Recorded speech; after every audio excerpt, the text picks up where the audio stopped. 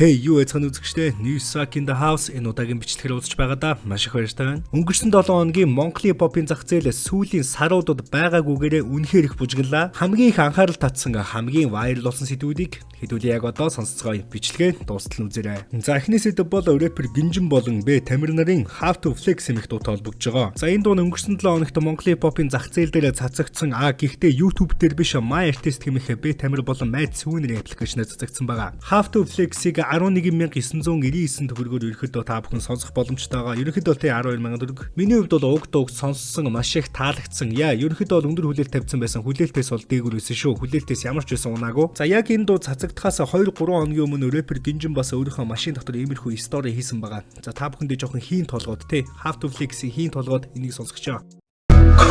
За хуулихгүй ч илүү шатлон отос болшолон өрмөнгө олон хуруу хумсаа зөөл ингийн цагаан цуулга бодол чамд дийлөө зохис green white tees fresh бахан чухлах бандор бадантай бишэт single more пацануудын ирүү амгийн барны гатамор барбершоп тамги багтаа долоохой бигор амдын гитар дээр хитэн гай тоглосон доктор спикер шүрхи I'm machen der Rot am Pino Hat schon das Sampelegren auch in der One Night Ticket Kasper am der Ton DJ für Kassel Stunde Shopping unter der Hustle Facebook der Post. За 11999 төгрөг бол өнөө цагт бол жинхэнэ утгаараа Американы мөнгө болсон. За энэ дууг бол энэ мөнгөөр сонссондоо бол хизээч харамсахгүй гэж та бүхэндээ зөвлөмөр байна. Тэгээд сонсоогүй хүмүүс байх юм бол сонсоорой. Энэ жижигхэн зах зээл дээр үнэхээр яг хөдөлмөрч бөгөөд тууштай байгаад те тэгээд олсон мөнгөө уран бүтээл рүүгээ маш их хэмжээний мөнгийг ингэж зарцуулдаг. Иймэрхүү хүмүүс бол өнөө цагийн одоо Монголын хипхопод бол ховроо. Жишээ нь чиний аягүй их дэмждэг хүн чинь талхыг зарж ивэл авах уу? Тэгээд яг тэрнтэй яг адилхан. За тэгээд Монголын хипхопын зах зээл дээр маш чанартай уран бүтээлийг хийсэн Бэ Тамир болон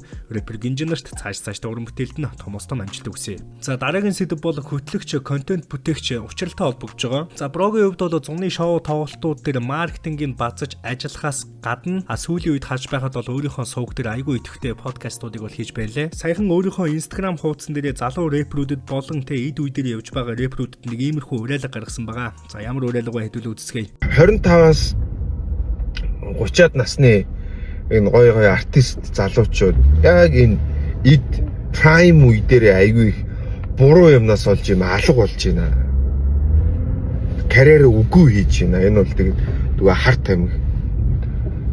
За зарим бүр архинд живж гин. Юмыг тааруулж хэрэглэнэ гэж байхгүй. Хоёрдугаар тэр болохгүй юм руу гүйж очиж тэрийг одоо сороод ах ямар хэрэг байна. Тэ бүр ингээд донтон ороод өөрийнхөө амьдралыг алаад байгаа байхгүй.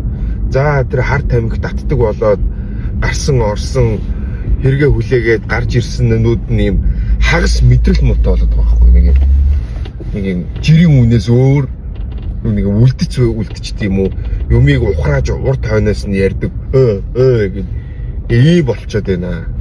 Хайрын тэр нэг гоё карьерийг амар гоё ингээд цэцэглүүлээч хүлээгээд байна. За энэ уриалга бол ойлгомжтой маш зөв зүйлээ. Одоо нийгэмдэр манай Монголын хипхопын зах зээл дээр бол үргэлж баг байнга шахуу давтагддаг зүйл. Миний хувьд ч гэсэн бас нэг хэлий гэж бодоодсэн хавдлаа тий. Монголын хипхопын зах зээлийг нэг уул нэг юм том хайрхан гэж төсөөлөе л доо тий. За тэгэнгүүт ингэж доороос буюу уулын бэлнээс нэг хийтуудтай боллоо. Тодорхой хэмжээний жоохон мөнгө хэлээ гэж бодъё. Энэ чинээгээр хүмүүст танигдана, хүмүүс өөрийг нь хүндэлдэг болон төрөвч нь тодорхой хэмжээний зузаарна. Энэ бүх зүйлтэй хамтаа давхцаж ирэх зүйл бол өөрийнх нь эго. За яг энэ гоё алтан үе дээр гэх юм уу те өсөж хөгжих дараагийн уран бүтээлээ хийт болгох яг энэ үе дээрээ тэгэл яг одоо байгаадаа ханаад эгонд дарагдаад за тэгээд хар тамхинд орох, архинд орох, шоу зугаа цэнгэлдэх хэтэрхий их умбах асуудал одоо үеийн Монголын хипхопын рэперүүдэд үе тохиолдож исэн хэд хэдэн жишээ биднэрт байгаа. Дээрээс нь бас хин нэг дарамтлах эмхтэн үнийг хүчнэх үйл явдлуудаас сурах юм биш үү. Энэ бүх моментууд нь бол миний бодлоор хитийн зорилго нь хит их жижигхэн тэгээд уул гэж авч үзвэл уулын оргил руу очих ямар ч сонирхол байхгүй, тийм хараа байхгүй, тэгээд уулын бэлдээ ерөнхийдөө бол хандж гинэ гэсэн үг юм аа. Би яг юу хэлэх гээд байна вэ гэхлээр миний энэ бичлэгийг магадгүй ирээдүйн Монголын суперстар од рэперүүд үзэж байгаа. Түүнээс ч гадна магадгүй ирээдүйн маш олон рэперүүд үзэж байгаа. Тэр бүх дүүнers залуучуудаа хандаж хэлэхэд уул гэж авч төсөөлөх юм бол уулын оройлол гол нь фокуслаарай. Хизээж битгий уулын бэлт ханаарай. Өөрийгөө тиймхэн жижигхэн зүйлд хануулж өөрийгөө битгий тэгж их доромжлоорой. Зориг болон хараага том байлгаарай. Элдв янзын эффектүүд орж ирнэ те. Энэ нь одоо арх ч юм уу, хүүхэн шуухан, одоо хит их одоо эго. За тэгээд бас хар тамхи. Энэ бүх зүйлийг хизээж битгий дэлхийд тоогоорой. Яг гол зорилгодоо фокуслаарай. Тэгж чадвал чи Монголын уулын орой дээр байгаа цөөхөн хэдэн рэперүүдийн нэг болно. Ямар ч асуудал байхгүй. Ерөн л хипхоп гэлтгүй баг л бүх салбарт иймэрхүү майндсеттэй байвал тэгээ болчих юм шиг санагдчихээн. За ингээд дараагийн сэдвээр орцгоё. Дараагийн сэдв бол удаан хугацаанд уулзаагүй зах зээлийн хамгийн амттай мэдээ. Тийм ээ, KFC-тэй холбогдож байна. Netflix-ийн Culinary Class Wars шоуны шилдэг 8 оролцогчийн нэг Солонгосын алдарт тоогооч Cho Hyun Sokийн тусгай журуур бэлтгэсэн KFC Kenchibap худалдаанд гарлаа. Шаржигнсан шүүслэг KFC тендер маха амталсан будаатай алдарт тоогоочийн тусгай соустай KFC-гийн Kenchibap-а ердөө 12,900 төгрөгөөр KFC-гийн бүх салбараас худалдан авах боломжтой. Мөн онлайн захиалга битгий мартаарай. Баярлалаа KFC. Дараагийн сэдв бол Mrs. M-тэй холбогдож байгаа. За түүний хувьд бол өнгөрсөн 7 хоногт өөрийнхөө YouTube чаналаас Дэр хэмээх дуугаар цацсан байгаа. Уг дуу нь одоогийн байдлаар 105,000 гаруй хандлтаа 3,300 лайктай явж байна. Дэр хэмээх дуунаас илүүтэйгээр дууны сэтгэгдэл хэсэг бол та бүхний анхаарлыг татах болно хэрвээ сайн ажиглаад үзэх юм бол. Сэтгэгдэл хэсгийн хамгийн гол point нь бол чи яг одоо Каяас уучлалтгүйх ёстой. За иймэрхүү утга агуулгатай байсан. Чи үүнээс ингээ ангижрах чамд боломж байхгүй. Яг одоо уучлалтгүй. За баахан юм комент байсан. За тэгэхээр Кай гэж яг хин юм бэ? Энэ үйл явдал яг яагаад болоод байгаа юм бэ? Хэдүүлээ одоо тайлбарлах гэж үзье. Кай гэдэг нь бол Солонгос дуучин залуу байгаа. Hyun Kai гэдэг залуу байгаа. Тэгээд TXT буюу те Tomorrow X Together хэмээх хамтлагийн дуучин. Mrs. M яагаад гэнэт энэ хүнээс уучлалт гуйх ёстой болчихоо. Үүний учрыг тайлбарлахын тулд хэдүүлээ 2020 оны 11 сарын 5 буюу 5 жилийн өмнөх рүү буцаад очицгоё. 2020 оны 11 сарын 5-нд Mrs. M өөрийнхөө Instagram утсандаа нэг иймэрхүү стори хийжсэн. TXT-гийн Kai-ийн зургийг тавиад иршүүд юм хөөрхөн байж болохгүй. Ямар ч иршүүд юм алгаа. Нөгөө юм нь байд юм уу гэмээр л байна. За нэг иймэрхүү утгатай Instagram стори хийсэн. За тухайн үед бол энэ стори яаж K-pop сонирхогчдын анхаарлыг татах ба тэгээд бас дургуг нь хүрхэхгүй байж чадах вүлээ. TXT Mongolia албан ёсны хуудас нэр энийг иймэрхүү мэдээллийг хийжсэн. Mrs. M гэх хүн саяхан Instagram хуудасаараа дамжуулан эрэгтэй хүн ийм хөөрхөн байж болохгүй. Энэ хүний шинж юу ч алга. Юу н байдаг юм уу гэх мэтээр Kai нэр хүндэд халдаж мөн бэлгийн дарамт учруулсан байна. Тэгээд бид Big Hit руу имэйл бичиж явуулахар боллоо. TXT насанд хүрээгүй гişүүдтэй Kai-г оролцуулаад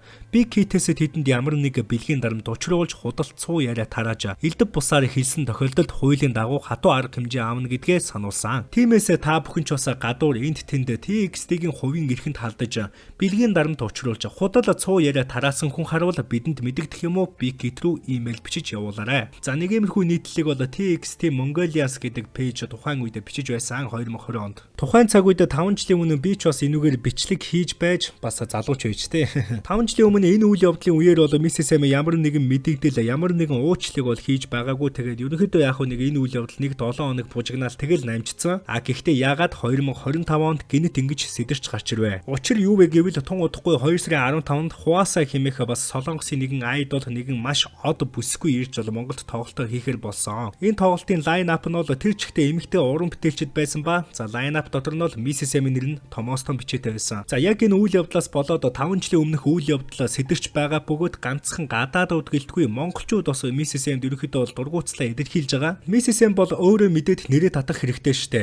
K-pop-ыг муулчхаад одоо Хавасигийн нэрэнд хавчуулагдаж тоглолтод нь оролцоод K-pop-ын артистийн нэрээр зарсан тасалбарын мөнгөөр цалинжиж идсэн хоол нь хордлого болох вэ. Одоо гадаад фэнүүд хүртэл дургуутслаа илэрхийлж эхэлж байхад том юм болохоос өмнө нэр хүндээ бодоод лайн-апасаа хассан дээр байх та. За нэг иймэрхүү комментүүд бас үе үе ажиглагдж байсан. За зохион байгуулагчдын зүгээс бол мэдээж ямар нэгэн мэдээллийг одоогийн байдлаар хийгүүгүй байгаа. За миний бодлоор бол Mrs. M гэсэн ямар нэгэн уучлалт, ямар нэгэн одоо ухаарлын пост, ямар нэгэн ухаарлын стори ерөөсөө хийхгүй баха. Гэхдээ энэ бол ердөө л миний бодол шүү. Өнгөрсөн 7 хоногийн сүүлээр Mrs. M-тэй холбоотой нэг иймэрхүү үйл явдал бол ерөнхийдөө вайрал боллоо. Олон хүний бол анхаарлыг татаад амжлаа. Харин үзэгч та энэ үйл явдал дээр яг ямархуу үзэл бодолтой байна вэ? Комент хэсэгт сэтгэлдээ бичээрэй. За дараагийн сэдв бол Loki болон Gangbei хамтлагтай холбогдож байгаа. За Gangbei хамтлагийн хувьд бол та бүхэн мэдж байгаа шүү дээ. 2024 онд бол тэд хоорондоо салсан байсан, муудалцсан байсан Gangbei хамтлаг одоо тарсан байсан нэг хэсэг. Яг энэ үеэр бол Loki болон Баяна нар хоорондоо нийлээд яваад байсан. Тэгээд Loki-гийн хувьд бол гангаа руу диис хийсэн. Гангач бас зөрүүлээд Loki руу диис хийсэн. Гэхдээ энэ үйл явдал нь бүр даймжраад Баяна бүр нөгөө хоёр руугаа диис хийсэн. За эн чинь жинхэнэ нөгөө гурвалжин болсон шүү дээ. Хэрвээ та бүхэн санаж байгаа юм бол би өмнөх баазан дээр нэг иймэрхүү үг хэлсэн юм аа. За одоо үзцгээе. Тоо удахгүй бол Gangbei хамтлаг Diss to Loki гэдэг дуу гарах хаа гэсэн.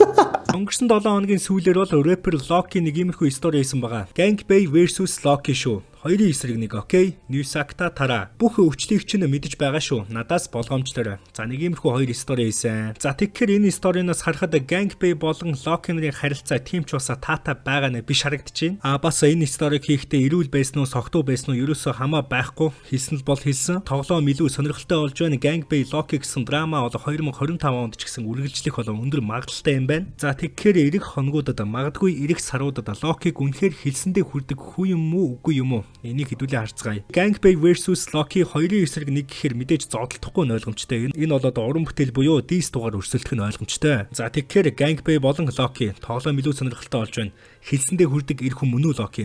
Хэдүүлээ харцгаая. Өнөөдрийн бичлэгний сүүлийн сэдэв бол рэпер Rookie-д холбогдож байгаа. Түүнтэй холбоотой нэгэн нийтлэл папарацци сегментээр бичигдсэн байгаа. Рэпер Rookie баримтчилгаанаас суллагдсныхаа дараа шин дугаа цацжээ. Мөнх баг нь буюу рэпер Rookie өнгөрсөн 12 дугаар сарын 18-нд согтуугаар машин жолоодож 30 хоног баримтлагдсан. Тэгвэл 6 цагийн өмнө болдоггүй гэх дуугаа цацжээ. Тэрхүү дунд өөрийн гин бурууг эцэг их дүү эхнэрийнхээ өмнө хүлээж дахин алдахгүй гэдэг утгыг шингээжээ. Rookie-гийн хувьд согтуу лайв хийх үеэр ярьсан зүйлсийг нь сонссон фэнүүд их нэртэйгээ үл ойлголцсон байна. Гих зэрэгээр ярьцгааж байв. Тэгвэл Rookie энэ талаар дундаач дурджээ. Тэрээр цадиггүй залуу насыг минь чи төвчиж харилсан. Өвдөлт шаналл нулимс бүрийг минь чи дотгошоо залгсан. Амьд цагтаа би минь чинийхээ хорвоог орхивол сүнсмэн чинийхээ хорон дорж хүний үгэнд орж би бүгдийг нураасан. Тэр бүгдийг үнэнч хайраар чи буцаасан гэж бичжээ. Ташрамд дурдахад 2024 оны 11-р сард түүний CEO сүлжээний дэлгүүрт танхаарч ажилтных нь бит халдсан бичлэг тархаж байв. Энэ талаар цагдаагийн байгууллагаас дуучин Rookie-гийн үйлчилгээний ажилтныг зодож буй бичлэг өнгөрсөн 6 дугаар сарынх бөгөөд хуулийн дагуу шийдсэн гэх мэдээллийг өгсөн байдаг. Түүнийг зөрчлийн хуулийн дагуу 100,000 төгрөгөөр тургасан юм а. За нэг иймэрхүү нийтлэл байсан. За мэдээж 2024 он бол рэпер Rookie-гийн хувьд тэр чигтээ фейл байсан гэж хэлж болно. CEO-д танхаарсан ажилтных нь бит халдсан, үүний дараа уучлалт гуйсан, тэгээд төд удалгүй согтуу лайв хийсэн, машин барьсан гэдэл. Болдоггүй хэмээх дуу бол гэр бүл ойр дотны бүх хүмүүсээсээ уучлалтыг гуйсан, тэгээд ерөнхийдөө ахиж алдахгүй ухаарсан. За нэг иймэрхүү утгатай болдоо болсон байсан. Тэр үнэхээр энэ олон үйл явдлын дараа жинхнээсээ ухаарсан уу, аль эсвэл зүгээр л дуу юу? За энэ бүхнийг бол мэдэх айгүй ойлгомжтой, энэ бүхнийг мэдэх айгүй амархан, энэ бол цаг хугацаа. Харин үзэгч та бүхэн юу гэж бодож байна? Рэпер Rookie жинхнээсээ ухаарсан уу, аль эсвэл? Энэ удаагийн Монголын хип-хопын зах зээлийн базар бичлэг маань үүгээр өндөрлөж байна. Гиснээсээ Монголын хип-хопын базар бичлэг 7 хоногт нэг удаа ордогтой адилхан гадаад хип-хопын зах зээлийн мэдээлэл бас 7 хоногт нэг удаа орж байгаа. Хэрвээ та бүхэн гадаадын зах зээлийн базар бичлэгээ үзэж амжаагүй бол яг одоо эхний дугаарыг нь үзээрэй. Манай сувгийн үзэгчдийн 63.6% огт subscribe даралгүй үздэг юм байна лээ. Тийм учраас та бүхэн манай сувгт subscribe дарахаа бүү мартаарай. За тэгээд таалагдсан бол лайк дараарай. Сакаут түрээштэй үзэгчтэй.